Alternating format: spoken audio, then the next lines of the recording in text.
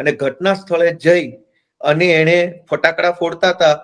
એને રોકવાની અને સમજાવવાની કોશિશ કરી કે ભાઈ તમે આ રોડ ઉપર ફટાકડા ફોડો છો, તમારે ના ફોડાય, ટ્રાફિક જામ થઈ ગયું છે, વગેરે વગેરે વગેરે. તો ભાજપના ધારાસભ્ય હર્ષ સંઘવીએ પોલીસ સબ ઇન્સ્પેક્ટરને 4-5 લાફા મારી લીધા, ગાળો દીધી, ધક્કા મુક્કી કરી અને એની સાથે જે કઈ ટોળકીમાં લફંગાઓ હતા એ લફંગાઓએ પણ મારામારી કરી લીધી પીએસઆઈ સાથે અને પોલીસ સ્ટાફ સાથે. એવી એફઆઈઆર નોંધાઈ. હવે એ એફઆઈઆર જે છે એની હું તમને વિગત કરું કે 2013માં હર્ષ સંઘવીની સામે એફઆઈઆર નોંધાઈ અને એફઆઈઆર ની અંદર પીઆઈ એવું લખ્યું કે જ્યારે પીઆઈ ત્યાં ઘટના સ્થળે પહોંચ્યા ત્યારે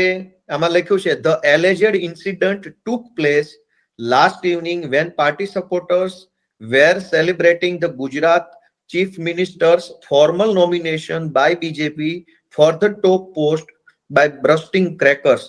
which resulted in a huge traffic snarls in many busy junctions of the city. Sources said that Umra Police Sub-Inspector Z.I. Sheikh,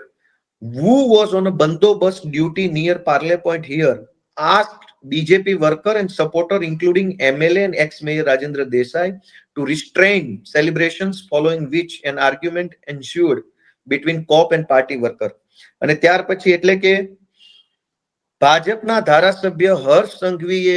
બંદોબસ્તની ફરજ નિભાવી રહેલા પોલીસ સબ ઇન્સ્પેક્ટરને ફડાકાવાળી કરી લીધી, લાફા મારી લીધા અને સાથે કોન્સ્ટેબલો સાથે પણ મારામારી બોલાબોલી થઈ ગઈ. ત્યાર પછી પીએસઆઈએ એક એફઆઈઆર દાખલ કરી ઉમરા પોલીસ સ્ટેશનની અંદર કે હર્ષ સંઘવી એની સાથેની ટોળકીએ પોલીસ કર્મચારી પર મારામારી કરી છે, હુમલો કરી છે, ફરજમાં રૂકાવટ કરી છે અને કુલ કલમ લગાવવામાં આવી 143, 147, 186, 188, 192, 201, 203, 294, 342, 353, 504 અને 506(2) આ પ્રકારેનો ગુનો હર્ષ સંઘવીની સામે નોંધવામાં આવ્યો.